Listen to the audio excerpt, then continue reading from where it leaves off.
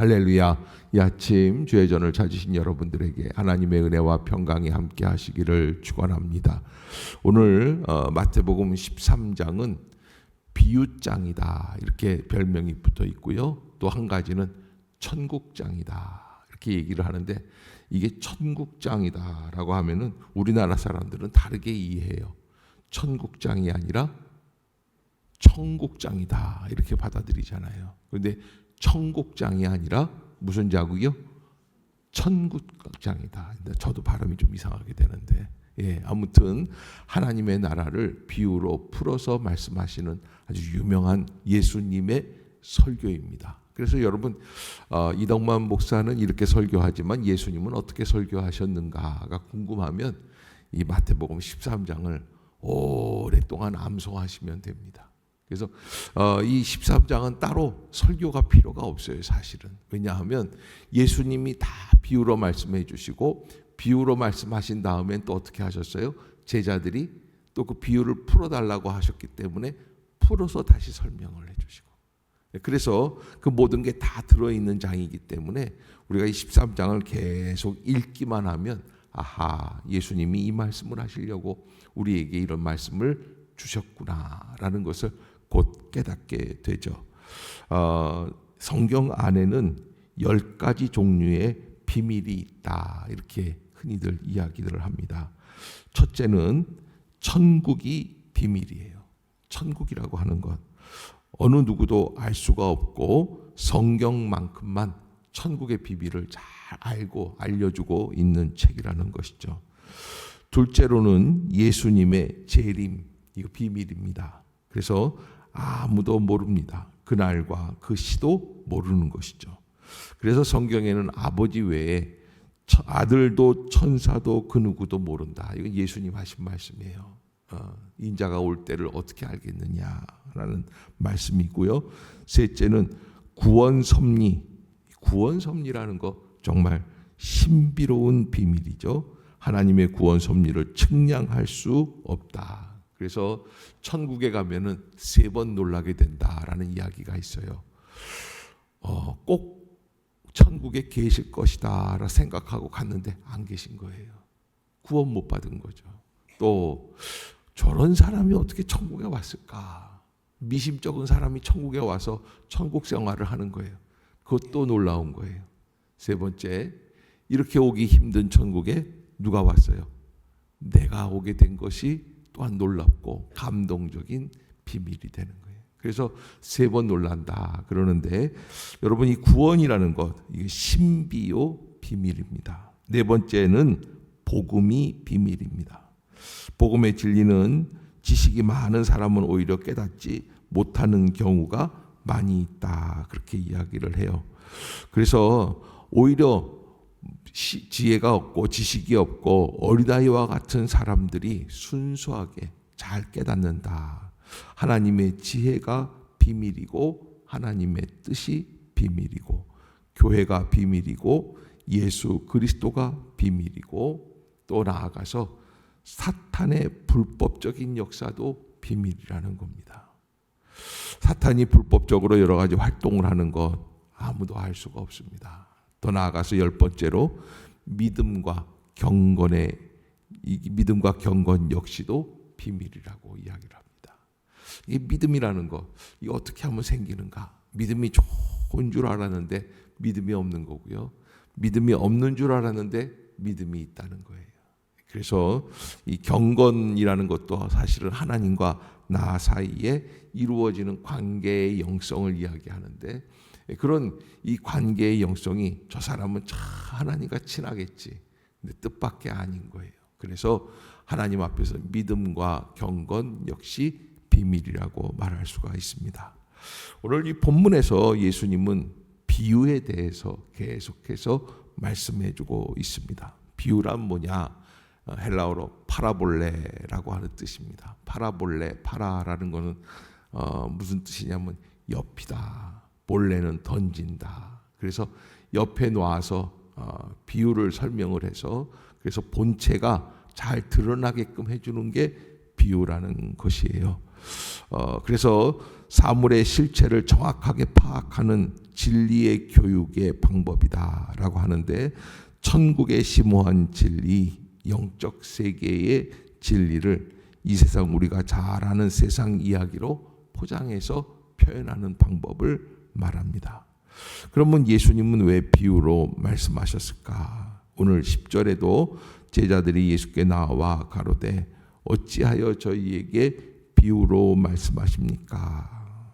그러니까 쉽게 얘기하시지 왜 비유로 얘기를 하십니까? 그랬더니 예수님께서 오늘 본문 11절 한번 같이 읽어볼까요? 시작. 그의 비밀을 아는 것이 너희에게는 허락되었으나 그들에게는 아니 되었나니. 아멘. 천국의 비밀을 아는 것이 너희에게는 허락되었으나 그들에게는 아니 되었나니. 여러분, 믿음이 있으면 받아들일 수 있는 너무나 쉬운 말씀인데 받아들이지를 못하는 사람들이 있기 때문에 천국을 비유로 말씀해 주신다라고 하는 것입니다. 그러기에 택함받은 사람과 택함받지 못한 사람들에 대한 차별적인 말씀으로 얘기를 해 주시는 것이죠. 마가복음 4장 10절에서 12절을 보면 예수께서 홀로 계실 때에 함께 한 사람들이 12제자로 더불어 그 비유를 묻자오니 이르시되 하나님 나라의 비밀을 너희에게는 주었으나 외인에게는 모든 것을 비유로 하라니 이는 저희로 보기는 보아도 알지 못하며 듣기는 들어도 깨닫지 못하게 하여 돌이켜 죄사함을 얻지 못하게 하려 함이니라 하시고. 아멘. 그러니까 여러분, 택함 받지 못한 사람들이 깨닫고 회개하고 천국까지 못하게 하려고 하신다라는 뜻인데, 사실은 택함 받지 못한 사람들은 아무리 들어도 그게 안 돼요. 그래서 예수님이 일부러, 하나님이 일부러 택함 받지 못한 사람들은 그저 난간에 매달려 있는데 떨궈버리는 식으로 그렇게 말씀하신 게 아니라 못 알아듣는다는 거예요. 어차피 그들은 알아듣지를 못해요. 오늘 본문에도 그 알아듣지 못하는 사람들의 모습들이 잘 나타나 있는데 54절 한번 들어가서 한번 봅시다. 54절.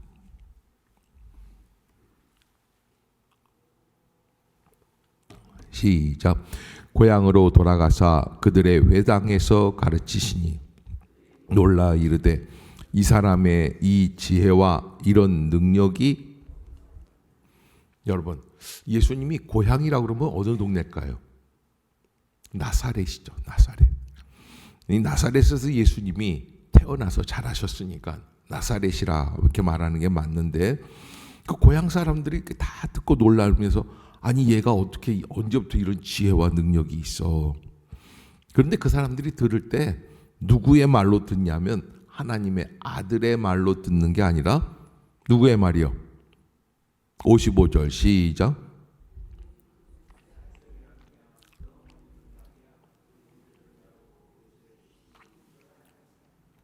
예, 누구의 말로 듣는 거예요?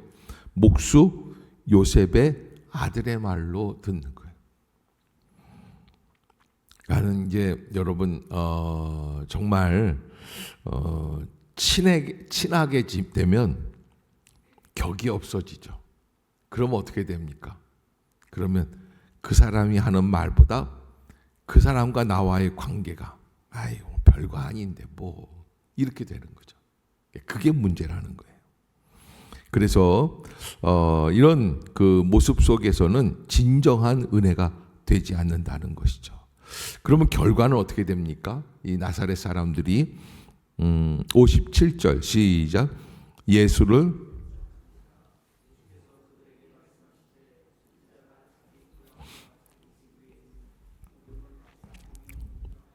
아멘. 예수를 어떻게 됩니까? 예수를 배척하게 되는 거예요.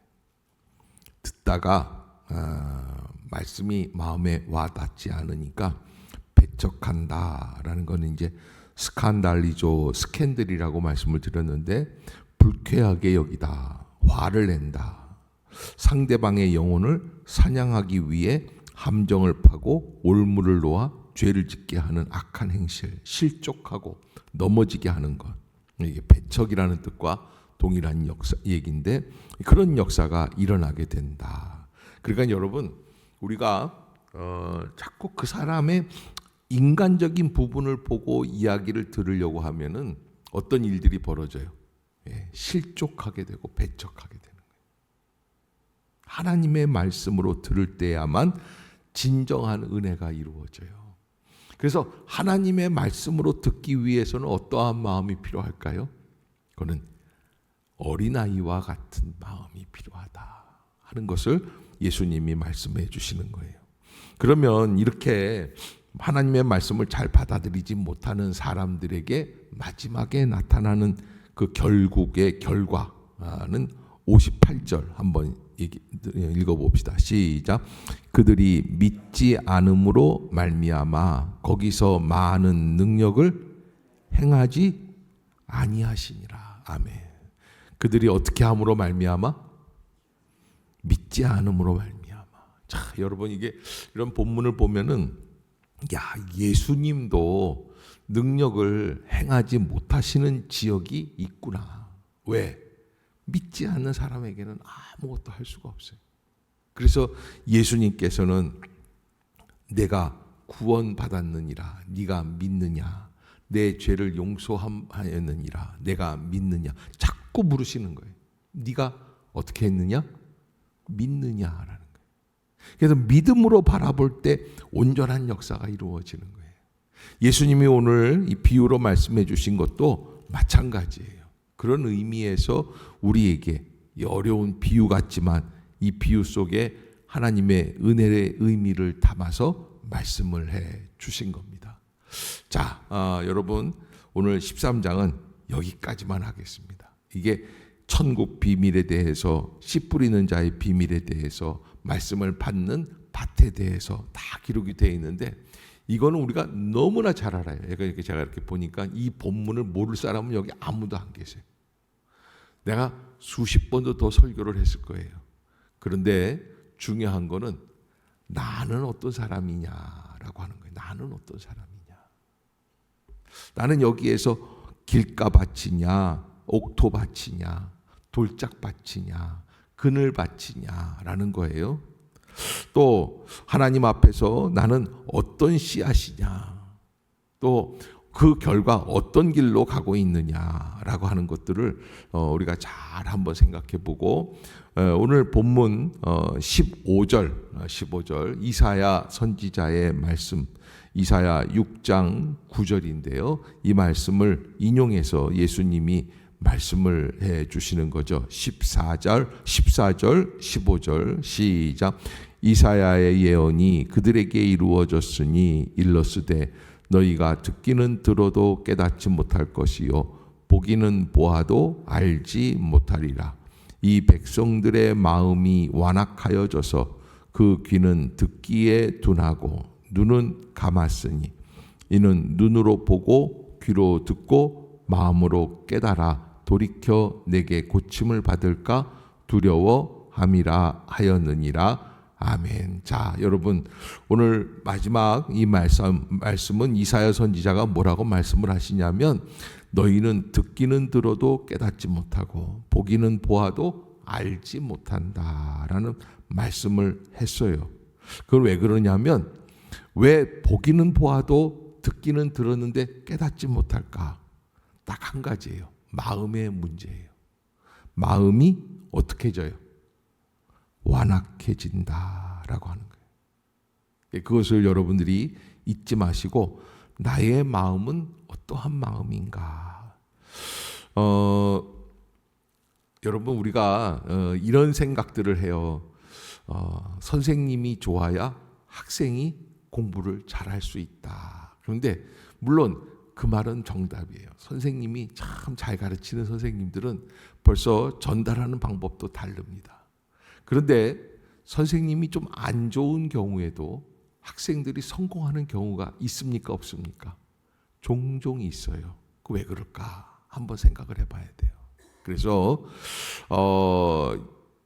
사무엘상 여기 이제 보면은 사무엘의 어머니 한나가 아이를 못 낳습니다. 그런데 아이를 못 낳던 한나가 어떻게 아이를 낳습니까? 그 당시 제사장 엘리 제사장에게 가서 기도를 받아서 아이를 낳습니다. 근데 그 당시 엘리 제사장은 어떤 사람이었는가?